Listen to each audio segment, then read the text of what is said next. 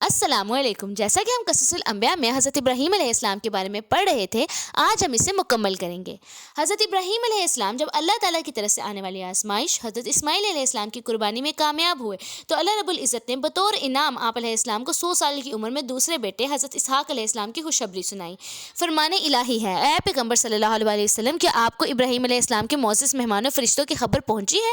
جب وہ ابراہیم علیہ السلام کے پاس آئے، انہیں سلام کیا تو ابراہیم علیہ السلام نے دل میں سوچا یہ اجنبی لوگ کون ہیں؟ پھر وہ خاموشی سے اپنے گھر گئے اور ایک موٹا تازہ بچڑا لے آئے اور مہمانوں کو پیش کیا۔ ان سے پوچھا تم کھاتے کیوں نہیں ہو؟ ان کو دل میں خوف محسوس ہوا تو فرشتوں نے کہا آپ ڈرے نہیں۔ انہوں نے کہا آپ علیہ السلام کو ایک اہل علم بیٹے کی خوشخبری ہو۔ یہ سن کر آپ کی بیوی حضرت سارہ علیہ السلام حیرت سے آگے بڑھی اور تعجب سے اپنے چہرے پر ہاتھ مارا اور کہا میں تو ایک بانجھ اور بری عورت ہوں۔ فرشتوں نے کہا تمہارے رب نے یہی فرمایا ہے، بے شک وہ خوب حکمت والا اور سب کچھ جاننے والا ہے۔ اللہ تعالیٰ نے حضرت ابراہیم علیہ السلام پر اپنی رحمتوں کا نزول فرمایا اور ان کی اولاد میں برکتیں پیدا فرمائیں۔ جب حضرت اسماعیل علیہ السلام جوان ہوئے تو اللہ رب العزت نے حضرت ابراہیم علیہ السلام کو اپنا گھر تعمیر کرنے کا حکم دیا۔ چنانچہ آپ علیہ السلام مکہ آئے اور حضرت اسماعیل علیہ السلام کے ساتھ مل کر بیت اللہ کی بنیادیں اونچی فرما دیں۔ جب حضرت ابراہیم علیہ السلام حضرت اسماعیل علیہ السلام کے ساتھ بیت اللہ کی بنیادیں اونچی کرتے تھے تو یہ دعا کر رہے تھے، اے ہمارے رب، اس عمل کو ہماری طرف سے قبول فرما، بے شک آپ ہی سب کے سننے والے، سب کچھ جاننے والے ہیں۔ اے ہمارے رب، ہم دونوں کو اپنا فرمانبردار بنا لیجیے اور ہماری اولاد میں سے ایک جماعت کو اپنا فرمانبردار بنا لیجیے اور ہمیں اپنی عبادت کے طریقے سکھا دیجیے، ہمیں بخش دیجیے، بلا شبہ آپ ہی بخشنے والے اور بے حد رحم کرنے والے ہیں۔ سورہ حج میں اللہ تعالیٰ کا ارشاد ہے، اور یاد کیجیے جب ہم نے ابراہیم علیہ السلام کے لیے بیت اللہ کی جگہ مقرر کر دی اور ان سے کہا کہ میرے ساتھ کسی کو شریک نہ بنانا اور میرے گھر کو طواف، قیام، رکوع اور سجدہ کرنے والوں کے لیے پاک صاف رکھنا اور لوگوں میں حج کا اعلان کر دو تاکہ لوگ آپ کے پاس تمام دور دراز مقامات سے پیدل اور دبلے پتلے اونٹوں پر سوار ہو کر آئیں۔ فرمان الہی، اور ہم نے ابراہیم و اسماعیل علیہ السلام کو وصیت کی کہ میرے گھر کو طواف، اعتکاف اور رکوع سجود کرنے والوں کے لیے پاک صاف رکھو۔ احادیث رسول اکرم صلی اللہ علیہ وسلم ہے کہ حضرت ابو ذر نے رسول اکرم صلی اللہ علیہ وسلم سے پوچھا کہ سب سے پہلے کون سی مسجد بنائے گی؟ آپ صلی اللہ علیہ وسلم نے فرمایا مسجد حرام۔ انہوں نے پوچھا پھر اس کے بعد؟ آپ صلی اللہ علیہ وسلم نے فرمایا مسجد اقصیٰ۔ انہوں نے پوچھا کہ ان دونوں میں کتنی مدت ہے؟ آپ صلی اللہ علیہ وسلم نے فرمایا 40 سال۔ ویسے تو اللہ کی ساری زمین مسجد ہے، جس جگہ نماز کا وقت آ جائے اسی جگہ نماز پڑھ لو۔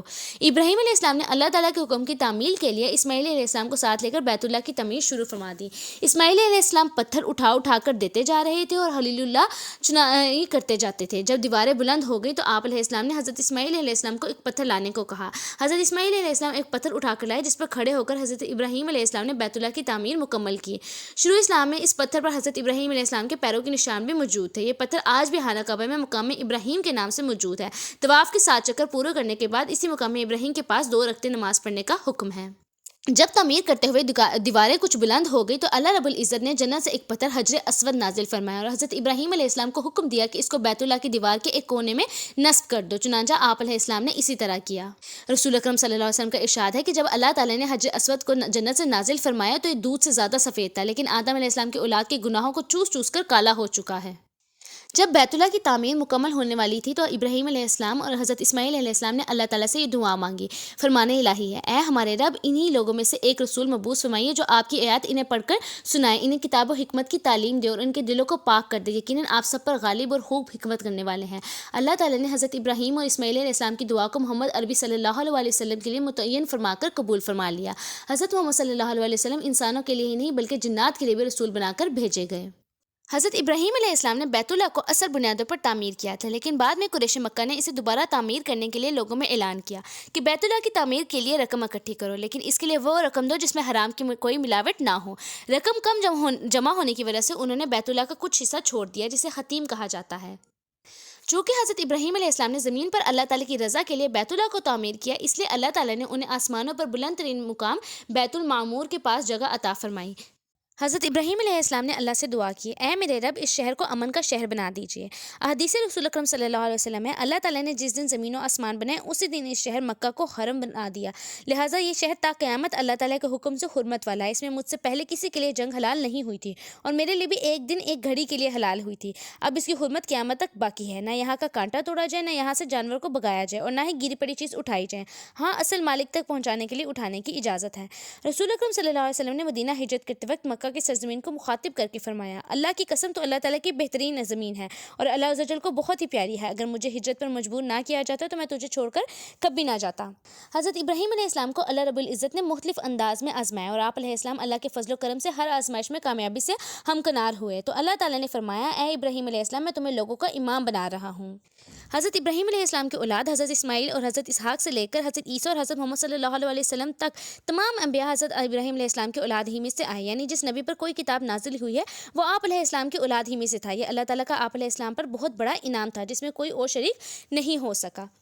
حضرت ابراہیم علیہ السلام کو اللہ رب العزت نے نہ صرف لوگوں کا امام بنایا بلکہ آپ علیہ السلام کو بنی نوع انسان کا پیشوا بنا دیا تاکہ وہ آپ علیہ السلام کے نقش قدم پر چلیں اور آپ علیہ السلام کی سیرت طیبہ سے رہنمائی حاصل کریں۔ حضرت ابراہیم علیہ السلام کا شمار 5 اولو العزم پیغمبروں میں ہوتا ہے جس کا اللہ تعالیٰ نے قرآن مجید میں خاص طور پر نام لے کر ذکر فرمایا ہے۔ یہی وجہ ہے کہ ہر مذہب والے یہودی، عیسائی اور مشرکین نے حضرت ابراہیم علیہ السلام کی طرف نسبت کرنے میں فخر کا اظہار کیا، لیکن اللہ رب العزت نے ہر ایک کے دعوے کو رد کر دیا اور یہ بتا دیا کہ ابراہیم علیہ السلام کے قریب وہی لوگ ہیں جو ان کی پیروی کرنے والے ہیں۔ فرمان الہی ہے، اے اہل کتاب، تم ابراہیم علیہ السلام کے بارے میں کیوں جھگڑتے ہو؟ حالانکہ تورات اور انجیل تو ان کے بعد اتری ہیں، پھر تم عقل سے کام کیوں نہیں لیتے ہو؟ حضرت ابراہیم علیہ السلام 175 سال کی عمر میں فوت ہوئے اور اپنی زوجہ محترمہ حضرت سارہ علیہ السلام کے قریب ایک غار ہبرون میں دفن ہوئے۔ آپ علیہ السلام کے کفن دفن کا اہتمام آپ علیہ السلام کے بیٹوں اسماعیل و اسحاق نے کیا۔ آج کل وہ جگہ الخلیل کے نام سے مشہور ہے۔ اس طرح حضرت ابراہیم علیہ السلام کا واقعہ مکمل ہوتا ہے اور اس کے آگے اب ہم حضرت لوط علیہ السلام کے بارے میں اگلی دفعہ پڑھیں گے۔ شکریہ۔